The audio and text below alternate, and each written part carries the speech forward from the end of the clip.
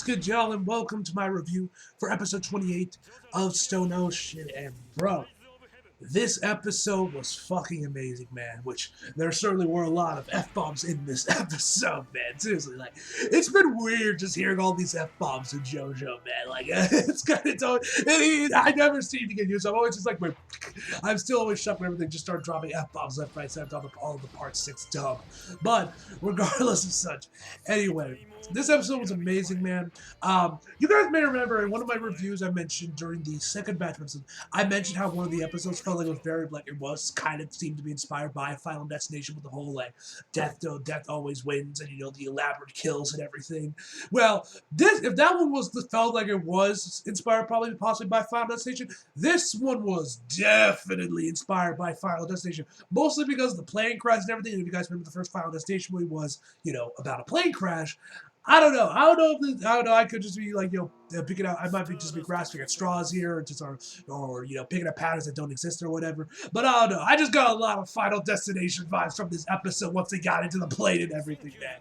But yeah, without further ado, guys, let's just jump right in.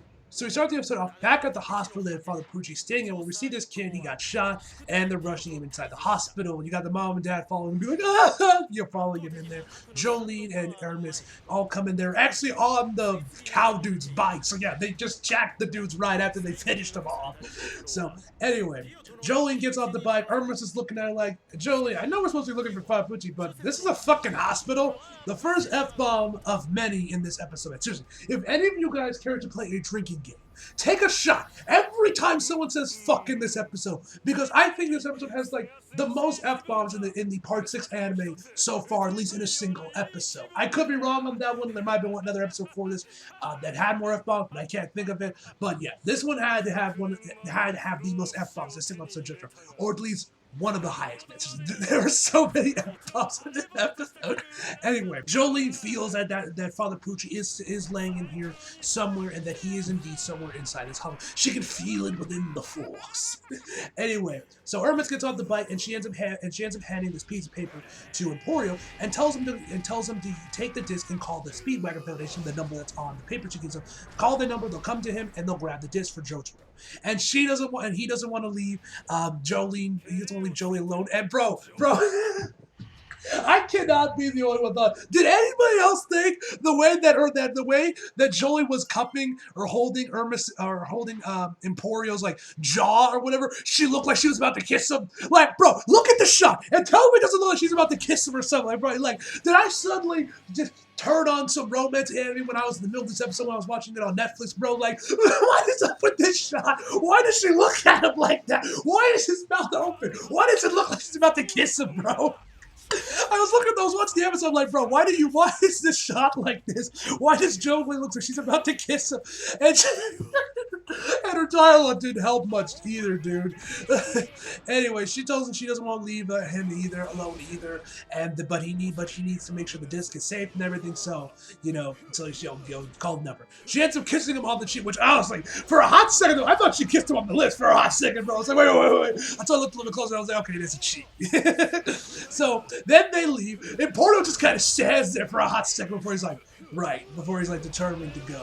We then head over to Father Pucci, where he has this dish in front of him, and he asks the man in front of him first, says, I'm sorry to bother you, but I'd like to ask you something about, I'm sure, particularly this dish. Seriously, I love Young Gat as Father Pucci. I'm pretty sure I've mentioned this countless times in previous reviews of Part 6, but I fucking love Young Gat as Father Pucci, man. I love his voice. It's mostly his voice. I just love it. The way he just sounds and everything is just like, oh, perfection. I love his voice. Like, his performance is probably a majority of the reason why he is probably my second favorite villain of JoJo behind Kira, because that's kind of why I love Kira so much, was because of DC Douglas' performance and just his overall voice. It really suited the character, and I thought just really worked well for him. The same thing kind of applies to Father Pucci as well, man. But so he asks him, so he has Versus to taste test his dish, because he wants to see what's the ingredients in there and if there's any shellfish in there, because he's allergic to shellfish. Fun fact, my dad is actually also allergic to shellfish.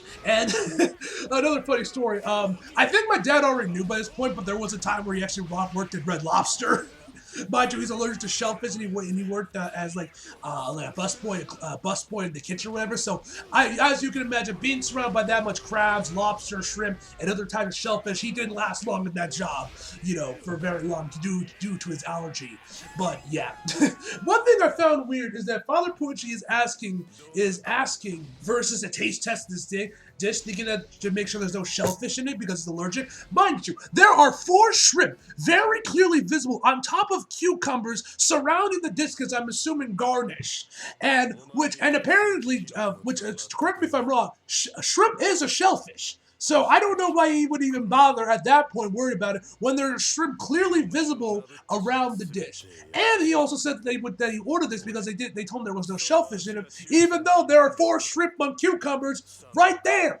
And for some reason, this never gets acknowledged in the actual episode. Am I going insane or something? Like, is shrimp actually not shellfish or something? Because either way, man. Anyway, I found this whole thing kind of bizarre about fuck what you want to know about the shellfish when there's shrimp right there, clearly visible right there. But regardless of such, I digress. So Versus then comes out of the shadow on his wheelchair. He takes a bite of this like pudding or dessert type dish, what I'm assuming it looks like, and decides to describe the flavor, saying that's a whitefish, most likely flounder. That there is this paste on it as well, and that he also says that there's mashed up crab meat inside. I detect no shellfish. Correct me if I'm wrong. Ain't crab also shellfish too? Or am I going insane? Like, regardless of such. Yeah, so I guess crab isn't shellfish, even though I'm pretty sure it is because crab has a shell on it like shrimp does, but whatever. I don't care. I already went off on this earlier in the review. Regardless, I digress. He then asked him to take another bite, but with the sauce because he detects some sort of fishy taste from it, and he suspects that it's scallops. He takes it with the sauce, and indeed there are scallops, and indeed that there is a paste in there that has like mixed that's like white cream or something with like scallops in it. So it has scallops, it has shellfish, even though the shrimp is there. There's crab meat inside of it. There was whatever the case may be. There seemed like there was already shellfish before the scallops, but hey, there are scallops, so he can't eat it. Anyway, because of this, Bob Pucci starts to realize that they seem to be very similar, that they have very similar taste, sets of taste. He asks them if they're like have the same shoe size. I think he said like 27 centimeters, 27 like to diameter or something. He asked him if he tightens his watch to the second belt to the second loop, which I think is actually what I do with my watch. I tighten my watch really tightly because I want to make sure it stays in place. So I usually go up to like the third or second loop on my watch. So yeah, and so then he kind of takes off the like heart rate monitor he has on him, and he puts it on himself, and they end up their readings end up matching the same way. So they're very similar, and they also seem to be about the same height as well. So yeah, they seem to be very similar in a lot of ways in terms of like their just size and their taste buds and everything. Interesting enough. So he tells them Falk Pucci then gets like really close to the dude. Once again I thought like, bro, are you gonna kiss him or something? And tells him how interesting. And tells him that he can enjoy the rest of the dish if he wants to. So then he looks over the dish, and now there's a finger poking out of it. Then there's 2 fingers, and then bam, an entire hand pops out of the pudding. And then we see like the kid that got shot, his hand kind of like popping out of the plate with like a part of his face visible. Like I make jokes about the Final Destination comparisons, but this episode definitely had a lot of horror elements into it as well, a lot of body horror as well. But yeah, there was a lot of horror in this episode. This was one of the first parts of it where we do see some horror in that, but there was like a lot of horror elements in this episode I noticed. Anyway, so he then tells them like about how the ambulance ride was fun, but it was ruined because his daddy doesn't like him. He was shot to death by his daddy, and then the bullet wound out of it, and then we see the bullet wound, which is in his neck. Then the bullet pops out of it, goes through the door, and ends up hitting the father, looking like it killed him too, judging from the blood splatter. And then, of course, you have the wife/mother. Jesus Christ, bro, I feel bad for this. Like, it seems like the father was an asshole that wanted to kill his son. But, bro, I feel bad for this woman. She lost both her son and her husband on the same day within like 30 minutes of each other, bro. Like, imagine being this woman. That is sad to lose basically your entire family just like that, bro. Like, and you can hear it in the voice. She's like, no, why did you have to take him too? No, like, bro, I feel bad for this woman, man. I really feel bad for her. Anyway, of course, Jolene and Hermes once again start to investigate the door again, and she comments how much of a disaster it is and wondering where the fuck the priest is. Yeah, she said, yeah, there's her second F-bomb of the episode. So she tries to look around, trying to figure out where they are and what's going on with this hospital bed, and of course, what was up with the bullet. Hermes suspects that the bullet was indeed a real bullet and not some stand attack, and wondering why he was shot so, because he just seems like some random dude. That's when Hermes eventually starts to remember that he was the father of the kid that got shot, and Jolene suspects that the enemy stand user that is working with Father Pucci probably just fucking their stand and is using this as a test drive to test out their powers. That's when Jolene kicks in the door, and we see there's this giant ass hole in the floor leading underground that we can't tell where it leads. And of course, the second they enter the room, Hermes is like, oh, hell no! She wants no part of this hole and knows the trench is like, nope, fuck this shit out now. Fuck this shit out now. No thanks. But eventually, as they start to look further, they find out who the guy is that is working for Pucci, and the dude's name, as I mentioned before, is Versus. And eventually, Joe decides, fuck it, she just goes down the hole anyway. She knows it's a trap, but she thinks that Father Pucci is probably hiding down there, and will probably use this to get to Cape Canaveral, or just hide there for 3 days until he finally gets whatever his new power he is to obtain his version of heaven. So, eventually, and also I gotta say this right now before I forget. I don't know if this was just the lighting, but the key animation throughout this part of the episode seems to have been like really J Production really jacked up the quality on the key animation here. I don't know if they had like some specialty animator work on this section of the episode, but I don't know. Like I said, this could have just been the lighting, but it looked like they really jacked up the quality of the key animation here with the detailing of Jolene and Hermes, especially like her hands when Jolene hands her some of her hands her thread to wrap it around her so that she can pull Jolene back up there in case shit goes down. But anyway, Jolene goes down inside there. Hermes eventually wants to join her, but Jolene tells her to stay up there. Who's gonna pull me out if I get sucked in there or whatever? So Hermes starts wrapping the thread around her, ready to pull up Jolene in case shit goes out. So Jolene goes inside the hole.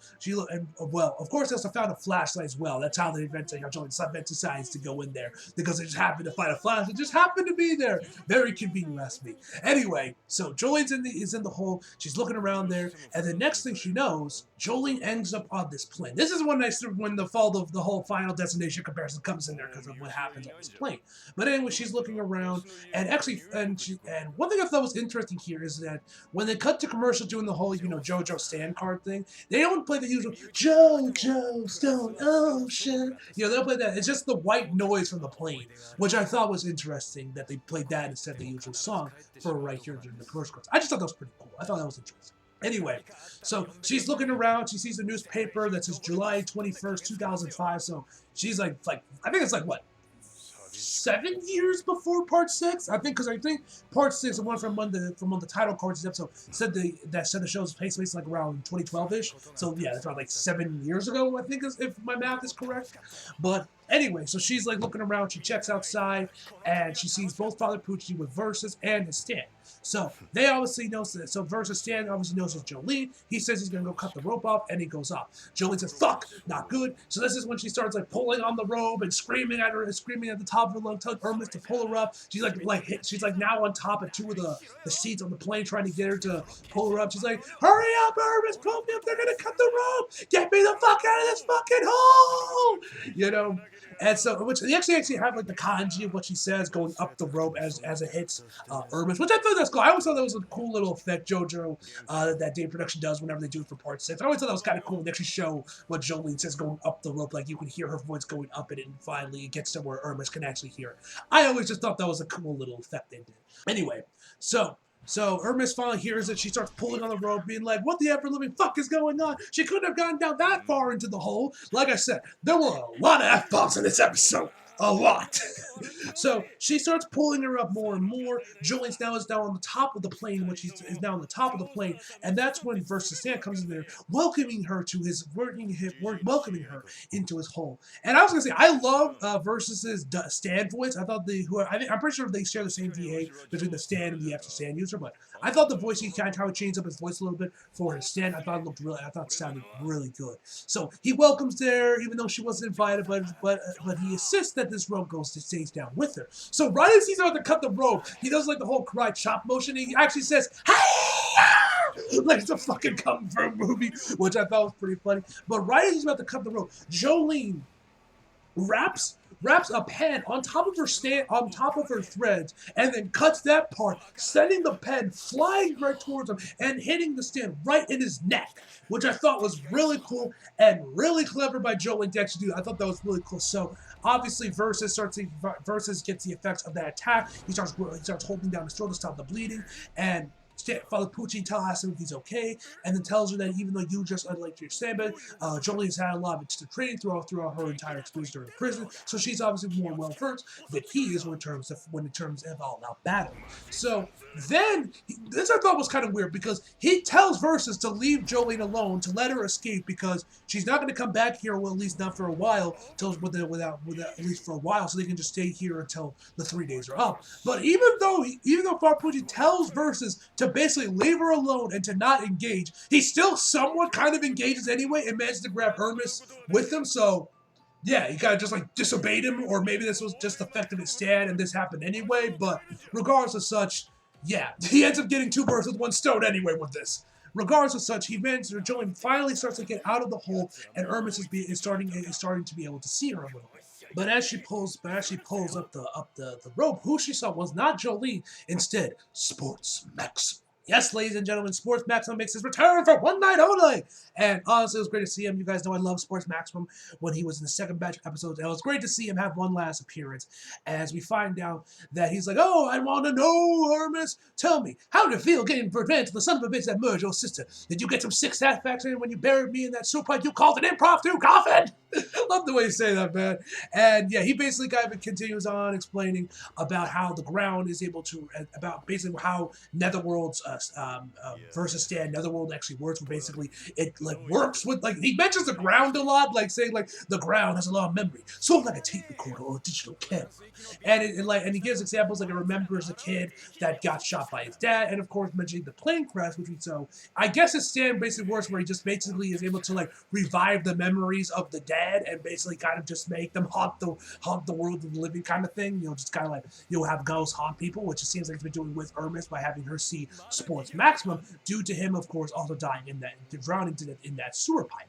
So as this continues onward, he events Hermes, uses her stand to like punch at Sports Maximum, which he does, but he like breaks up, he like completely dissipates, and then Hermes starts to fall back into the hole with Jolene, and now they're both back inside the plane where stewardess, a flight attendant, says, "Oh, by the way, welcome aboard. By the way, this plane's gonna crash in like 3 minutes, so take your seats, enjoy the ride, and make sure you turn off all your electronics," because this is 2005, so airplane mode wasn't a thing yet on electronics yet.